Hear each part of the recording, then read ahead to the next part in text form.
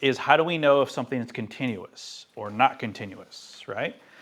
The definition, right? There's three types of discontinuity: holes, vertical asymptotes, jump, right? And they have different names.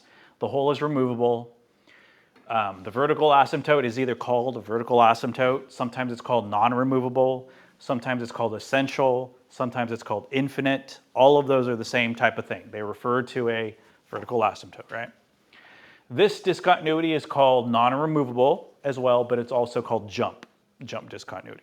Okay, those are the three types of discontinuities we're going to have. Does a horizontal asymptote count as continuity? Horizontal, no.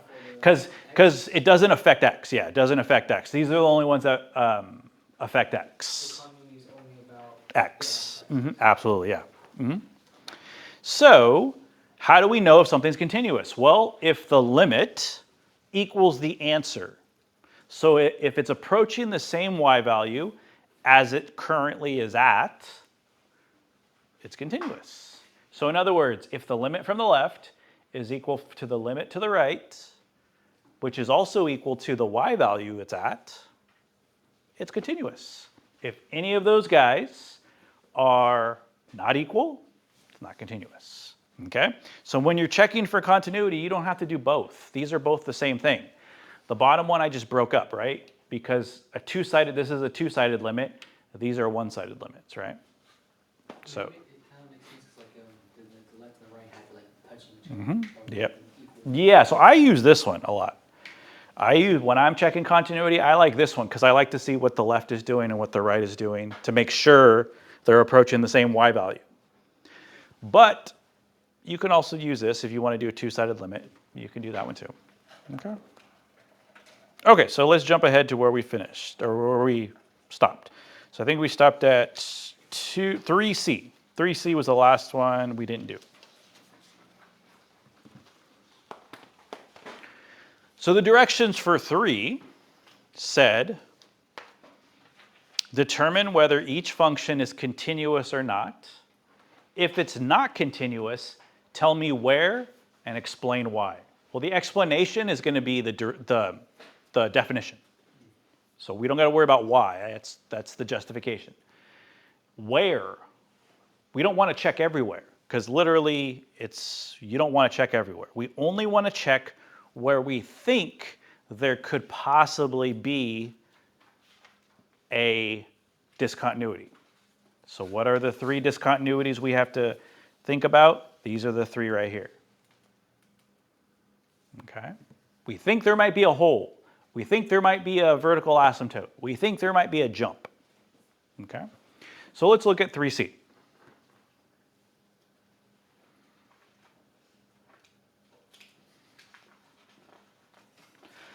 What type of discontinuity?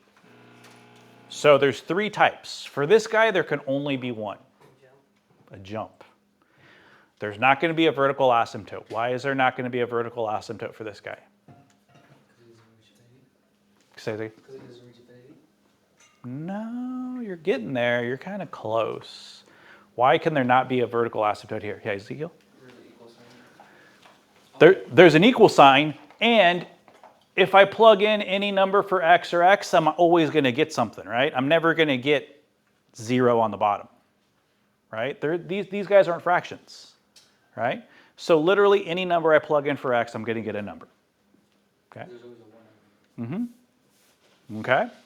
So that means no vertical asymptotes. Same thing, no hole. A hole is created by the same thing, right? A hole is created by the same thing. So the only one, these 2 guys, could be jump. Okay? Where is the only place I need to check? Knowing that, where is the only place I need to check for discontinuity? At 1. Why 1? Because values are at 1? Because that's where it switches, right? That's where it switches. It switches at 1. Also less than. All values before 1, I'm going to use the top, negative 2x plus 3. All values at 1 and greater than, I'm going to use x squared. That's where we want to see if there's discontinuity. Because if there's going to be a jump, it's going to be at 1, nowhere else. Okay? So I don't have to check everywhere. I just have to check at positive 1. So that's what I'm going to do. So I'm going to check continuity at x equals 1. So how do I check continuity? The definition. The limit as x approaches 1 from the left for h of x has to be equal to the limit as x approaches 1 from the right for h of x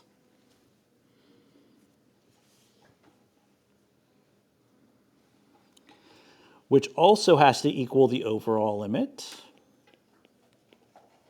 for h of x at 1, and also has to equal h of 1.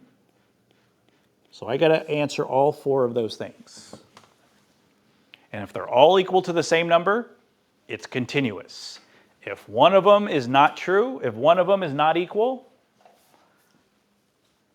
it's not continuous at 1 because there's a jump. Okay? All right, so let's start the first one. The limit as x approaches 1 from the left. How do I figure that out? It's When you plug in numbers close to So the less than, right? So where am I going to plug it in? x squared. and 2 minus 2x plus. The top, right? Because the top is less than 1. Oh, So I'm going to plug it in there. So negative 2 parentheses plus 3. I'm going to plug in 1 there. So I get negative 2 plus 3, which is positive 1. So the limit as x approaches 1 from the left for h of x is 1.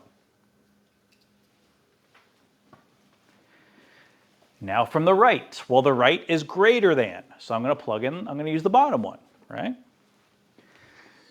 So I'm going to plug in 1 for x on the bottom. 1 squared. 1 squared is 1. So far, so good. What's the limit at 1? X squared. No. What's the limit as x approaches 1 for h of x? The answer is you already know it. 1. 1. Why is it 1? Because from both of the sides it's equal 1. Yep. If both of these guys have the same, the overall limit's also going to, you don't even have to check it. H of 1. How do I figure out h of 1? isn't the answer though? Is just one because it's on. It's the y value, yeah. It's the y value, but how do I figure it out? How do I solve for it? Not solve for it, but that's a bad word. Evaluate it. How do I figure out what h of 1 is? It's the y value when x is 1, right? How do I figure that out? Plug it in. It's piecewise. So we have 2 options. Which one are you going to plug it in? The top or the bottom? The bottom. The bottom because It's equal to 1. it's equal to 1. So we're going to only plug it into the bottom. We already did this, but we'll do it again.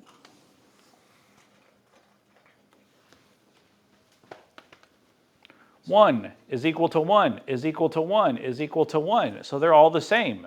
In that case, it's not, that's a bad way to say it. It's continuous. There is no discontinuity. So what would we say? Continuous everywhere.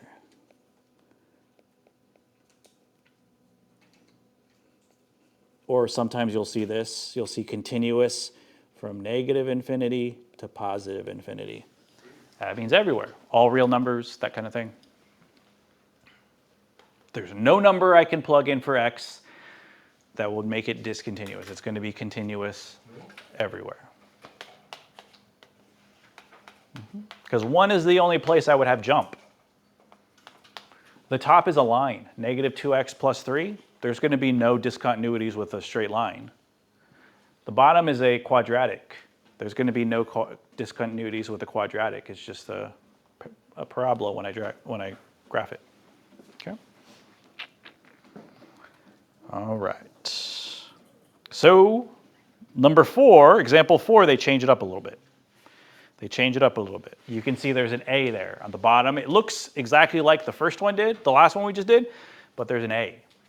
Why is there an A? Because that's part of the question. Use the definition of continuity to find the value of A. So our goal here is not to tell whether it's continuous or discontinuous. It's to find this guy here. Find A so that the whole thing is continuous. What does A have to be so that it is continuous at 1? Anything less than 1 or equal to Well, we're going to figure that out. We're going to figure that out. Not anything less than or equal to. So let's talk about continuity for this guy. Where would be the only place where it would have issues with, could have issues with continuity? At 1 again, right? At 1. All right? Okay? So what we're going to do is we're going to check for continuity. We're not really checking because it's going to be continuous, but we'll check for it. So at x equals 1 again. Okay, so let's do the definition. The limit as x approaches 1 from the left for g of x has to equal the limit as x approaches 1 from the right for g of x, which if those two guys are equal means the limit at g of x will be the same, and then has to be the same of g of 1.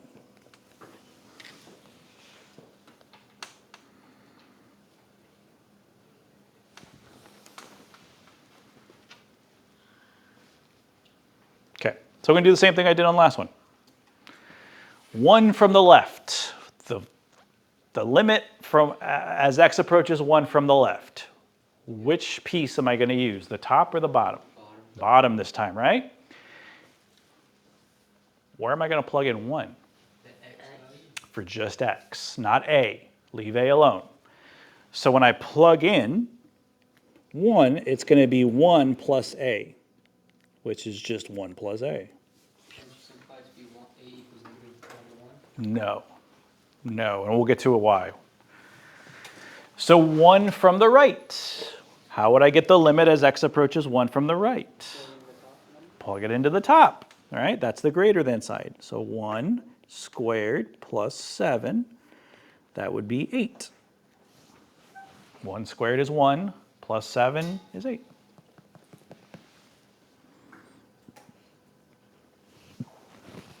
I'm going to skip the overall limit for right now. What is g of 1? 8 as well. I'd plug it into the top, right?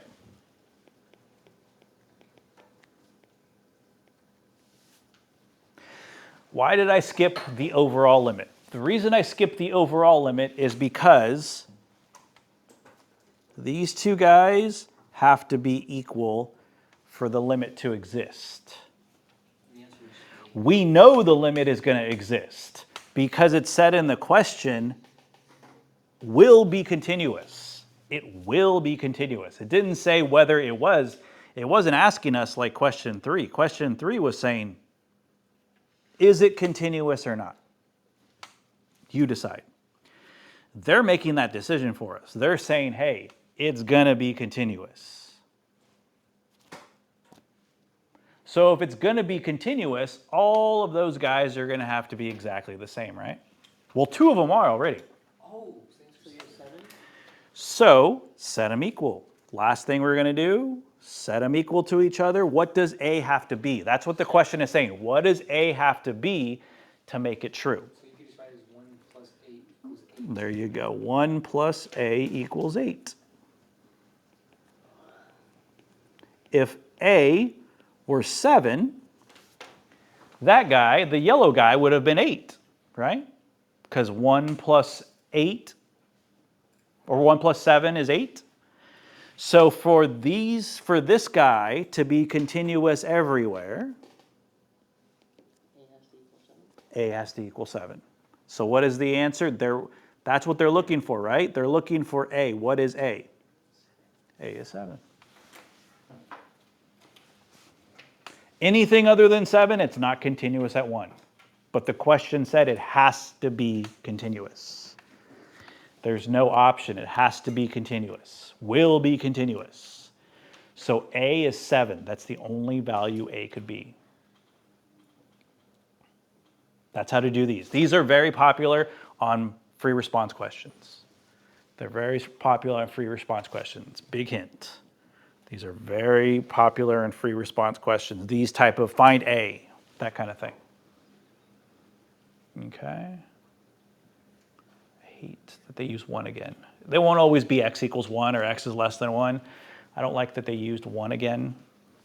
But the answer can't be 1 because it does not equal 1. Right? Well, yeah, so here we go. X with any number. So the question says, what is A going to be? So that's what our answer has to be. What is A going to be to make this thing continuous? What does A have to be to make it continuous? There's not an option. It has to be continuous at 1. So we got to figure out what could A be to make it continuous. Well, to figure out continuity, we use the definition, right? So that's the first thing I'm going to do. I'm going to use the definition. Where is the only place that it could have issues with continuity? 1 again, right? Again, I don't like how they keep using 1 because you're going to have problems where it's not 1, it's something else. But So that's why it's, oh, good. So even though it does not equal 1, it's still 1? changes at 1. If you're plugging in 1, you're going to use the bottom.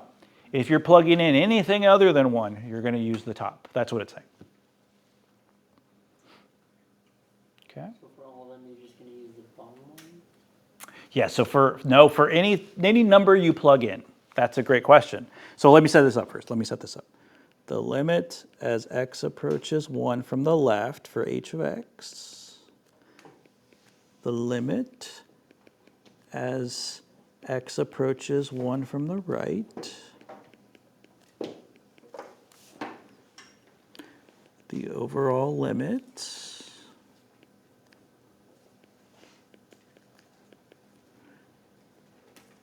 H of 1. Yep. So you don't use it for the first, or no, the last. Well, yeah. So that's what we're going to do, yeah. So I like how you guys are looking ahead. Like you guys are, that's important. This class, one of the most important things is being able to look 3 steps in front of what you're going to do, right? That's one of the most important things, right? Being able to tell. That's the difference between a high-level math student and not, is that you guys can see 2 steps down the road, right? That's great. Sometimes, though, you want to just chew what's in front of you. Right now, we're just going to chew what's in front of us, okay? I love that you guys think that way. And that way is, if one thing I can give students is being able to see that, because some students can't. Some students only can see what's in front of them, but you guys can kind of see 2-3 steps ahead. That's great, but for right now, let's just chew what's in front of us. So let's just figure out what these guys are, okay? Okay, so from the left, 1 from the left, less than 1. 0. What? Okay, those are all the numbers less than 1, right? Where would I figure out that guy? The top one, right? Okay, so let's plug in 1. You're going to run into an issue. It's going to be, Undefined. or, Design this. You get 0 over 0, right? 1 to the 4th, 1 times 1 times 1 times 1 is 1. Minus 1 is 0. On the bottom, you get 1 minus 1. So there's going to be a hole there. It's going to be a hole situation. I'm not saying there won't be vertical asymptote as well, but there's going to be a hole because there's still work left to do. So first thing we got to do is find where that hole is. Let me get another sheet of paper here. Okay. Okay. So let's figure out that first. Let's kind of take a pause here a little bit. So we have do I write this down? x to the 4th minus, yeah, I would write this down. If it were me, I'd write it down. Okay. So we got to figure out a way. So we got to use one of those tricks: factor, conjugates, common denominators. Remember those things that we did to do? Well, this one is a polynomial. The top is a polynomial, the bottom is a polynomial. And the top is actually difference of squares. the top is actually x squared plus 1, x squared minus 1.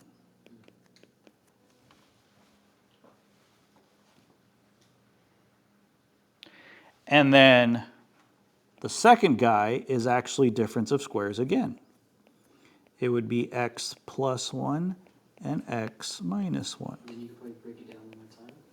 No, that's as far as we can break it down there. Because x squared plus 1 is not difference of squares, because it's plus.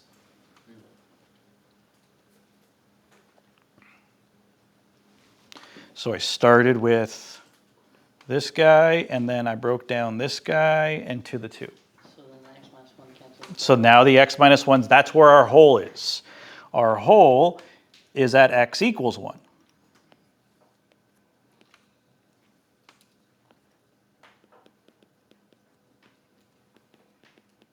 There's a hole there.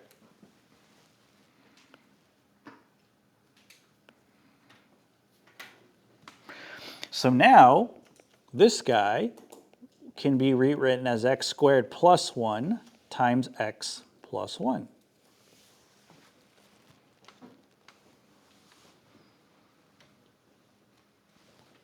Is there a vertical asymptote too?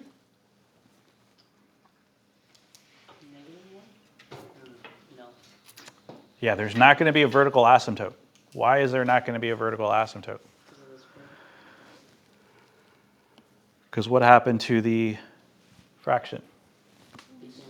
Yeah, if there was still an x minus 2 down there, we'd say, oh, there's a vertical asymptote at 2. But it's not there anymore. So it's continuous. Okay?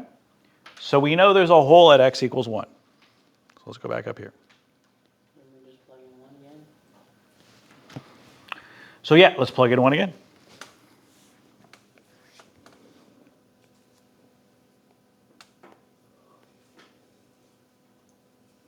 So we get 1 squared plus 1, 1 plus 1. Yeah, which is 2 times 2, right? Which is 4. So what is the limit? The limit is at 4 from the left side. What would the limit be from the right side? How would we figure out the limit from the right side? Using the same equation. To the same equation, because isn't the numbers bigger than 1? We'd still use the top because it's not equal to 1, right? We'd still use the top. So we don't even have to do that again. We just know it's going to be 4.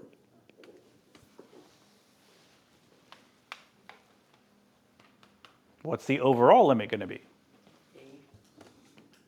No. What's the overall limit going to be? 4 as well. If the left-sided limit equals the right-sided limit, it's going to be the same. How do we solve h of 1?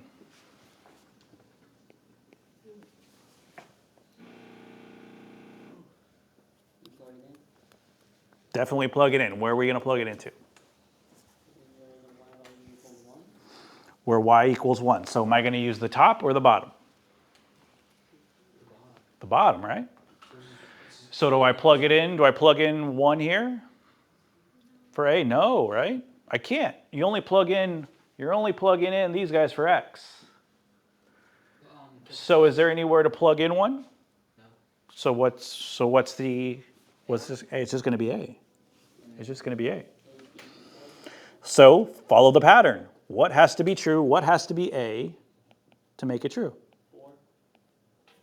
A has to be 4. If a was 4, it would be continuous everywhere. So really, don't you? I mean, for these questions, as it is continuous, all you have to do is just find the plus and the minus, and then you have your answer. If it's Yeah. Mm-hmm.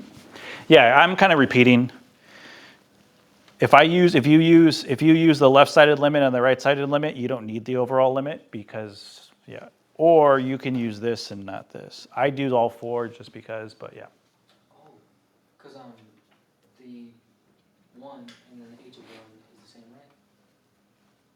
Because like, don't you say that? Because usually you say the plus and the minus, those two are the same, and then it's the same. So if these two guys are the same, that means the limit is going to be whatever that number was. And if the other two are the same, then everything has to be equal, right? Yeah, exactly. And if you get a number here, that means these two guys had to have been the same number.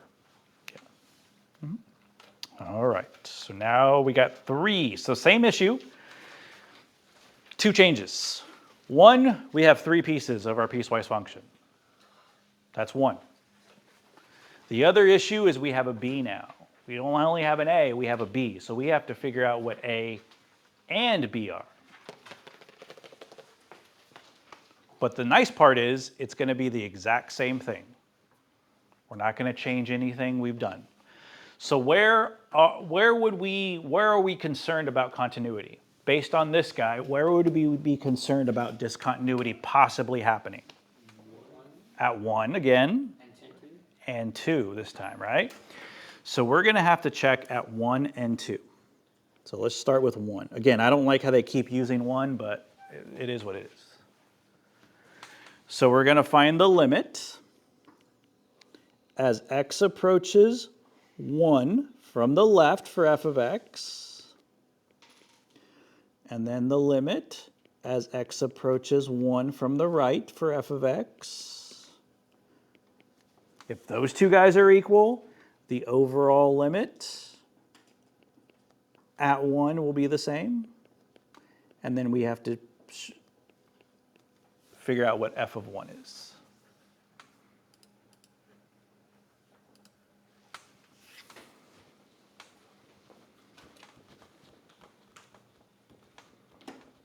Okay. How do we figure out, let's start with the first one. How do we figure out what the limit for 1 is from the left? Top one, right? Plug in 1 to the top one for x.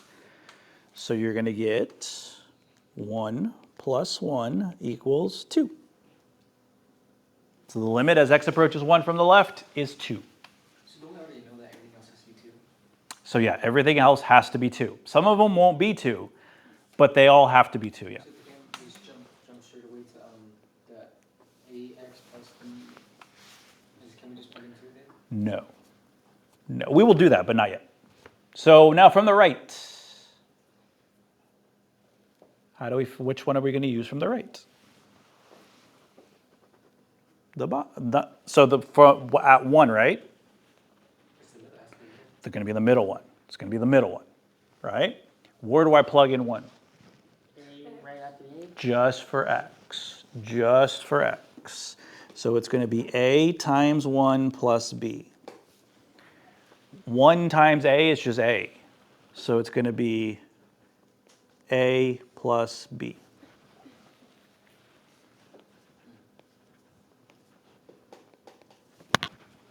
As far as we can simplify it. The overall limit, I'm not really worried about right now. Because those two guys have to be the same.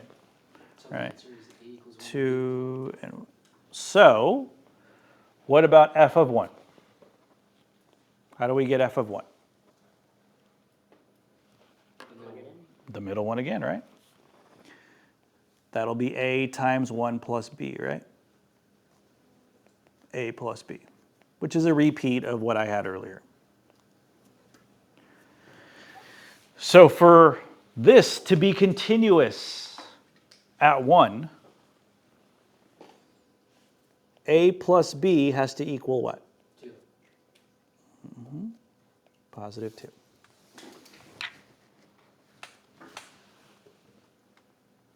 I'm going to put that to the side for right now. I'll come back to it, but I'm going to put it to the side right now. The reason I'm going to put it to the side is because that's not the only place where we had continuity issues, right? Where else do we have continuity issues? 2. At 2. So now I'm going to do the same thing at 2. So the limit as x approaches 2 from the left for f of x equals the limit as x approaches 2 from the right for f of x is going to equal the overall limit, which is equal to f of 2.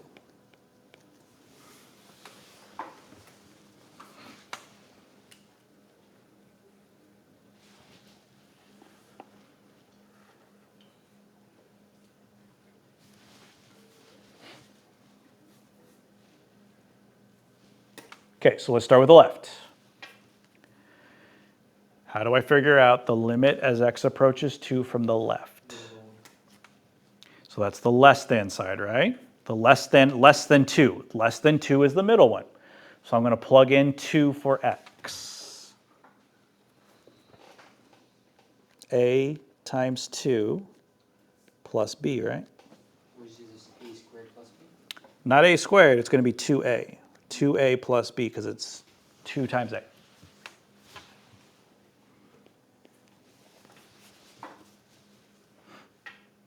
From the right, from the greater than side, where am I going to plug in 2 from the greater than side? 3x, the bottom. So it would be 3 times 2.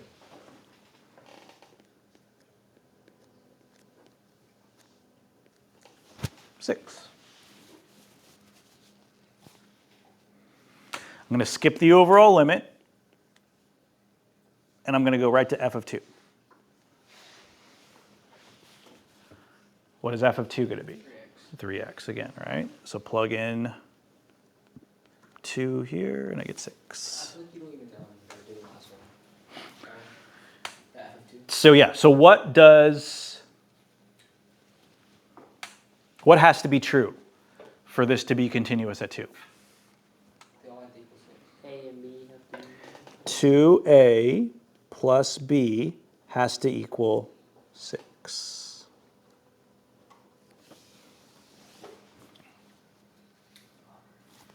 Okay. Believe it or not, the next part is the easiest part, but you probably haven't done it in a while. So it might not look as easy. So our next question is, what is a and b? What is a going to be? What is b? I know when I add a and b, it's going to be 2. I know when I multiply a by 2 and add b, it's going to be 6. I know that. But I have to figure out what a and b are. So what we're going to use is we're going to use something you did in Math 1 and 8th grade. 8th grade and Math 1. Whenever you took, some of you might have done this in elementary school too as well. Because some of you guys took 8th grade, took Math 1 in 8th grade. So if you did that, you probably did in 7th grade too. We have to solve for a and b. These guys are linear. How do we know they're linear? Because there's no powers. Powers are 1. So we're going to use something called elimination. Elimination, the elimination method. So what does that look like? It looks like this. So I'm going to rewrite a plus b equals 2. And then right under it, I'm going to write 2a plus b equals 6. So what the elimination method says is if I add straight down, I want one of the letters to go away. I want either a or b to disappear, to eliminate. So if I was to add straight down, how many a's would I get? 3 a's. How many b's would I get? 2 b's. It didn't work, right? A's still there, b's still there. So what I'm going to have to do is change up one of them to, yeah, look at b's. Look at the b's. If one of those b's was negative, I'd be ready to go, right? B's would cancel.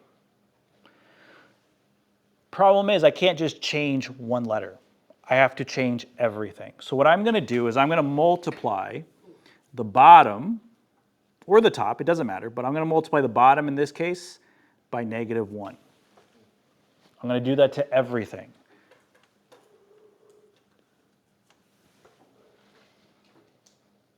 What that's going to do is make 2a negative, it's going to make b negative, and it's going to make 6 negative.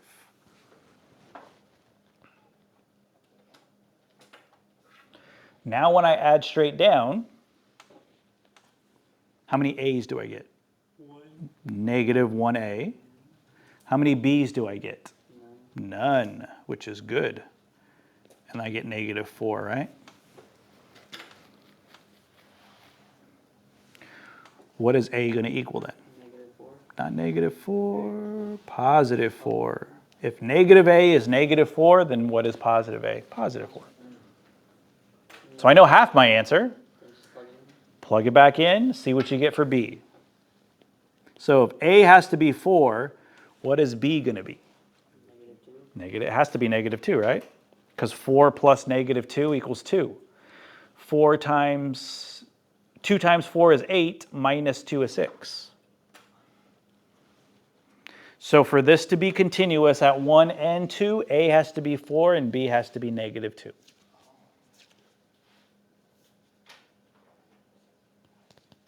You do that only when you're trying to find 2 letters. If you're just trying to find 1, we didn't do that for these guys, for A and B, because we were only trying to find A.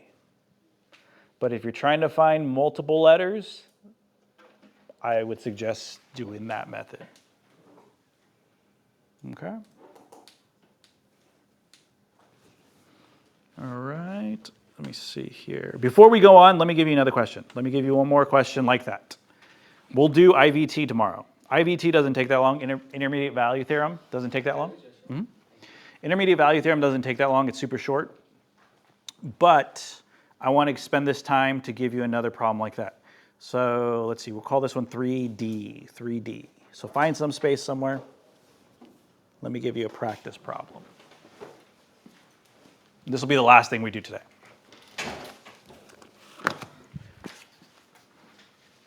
Okay.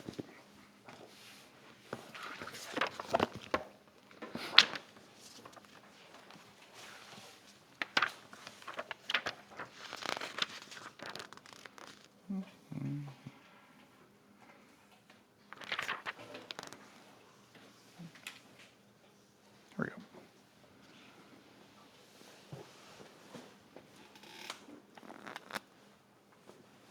Let me give one. Okay, so here we go. F of x, it's got 3 pieces.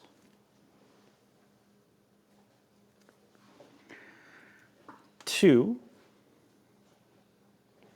when x is less than or equal to -1. Ax plus b, when x is let's see, when x is, oops.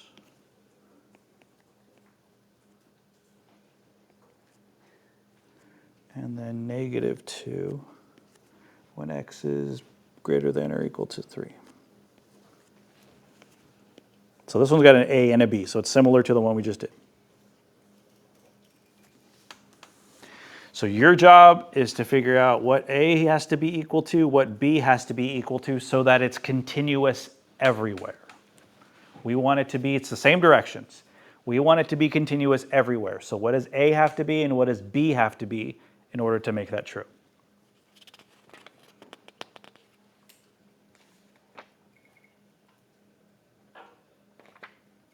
I'll give you a hint. Start where there could be discontinuity. Start there. Where could there possibly be discontinuity, and start there.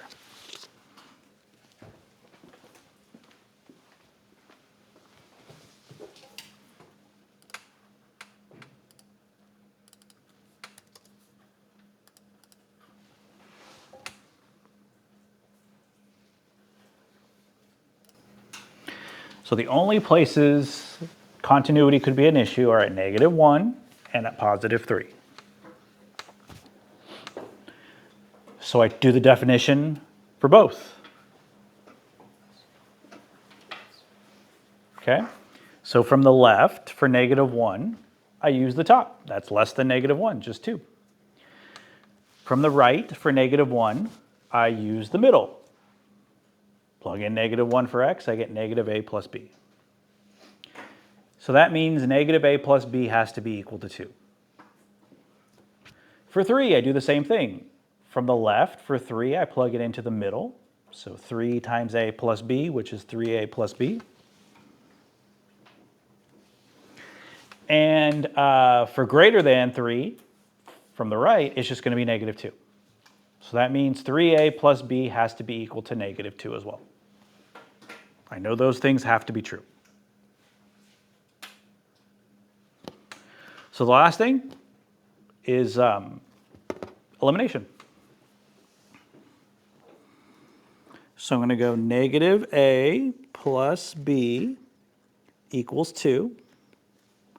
And then I'm going to go 3a plus b equals negative 2.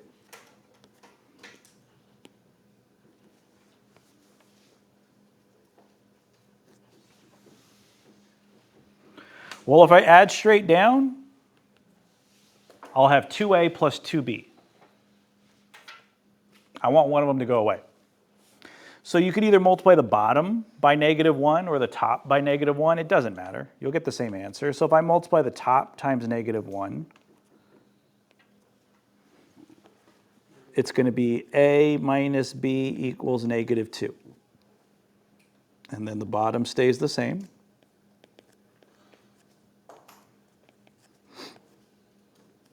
So now I get 4a equals negative 4. So A is equal to negative. A is negative 2. To get b, you just plug it in. So if a is negative 2, How do you get negative 4? Wouldn't, because negative 2 plus negative 2 is negative 4. but you have negative 4A. Wouldn't 4 times negative 2 be negative 8? 4 times. It's negative 1. Yeah, it's negative 1. Oh, negative 1. Sorry, yeah. Negative 1. Sorry. Yep, negative 1. So you know a is negative 1. What does b have to be?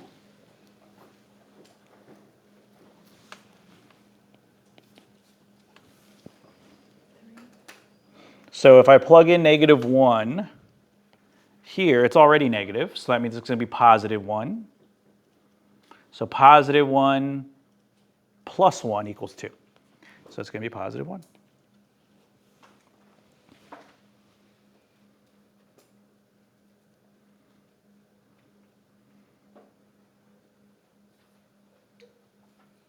Okay. That's as hard as those are going to get. Most of the time, it's just solve for a. But that's as hard as those get. Okay, we'll do some more when we do practice. So I'm going to have the practice ready for you guys tomorrow. And then, yeah, because intermediate value theorem is really short. It's not that long at all. I just want to go over it so you know what it is.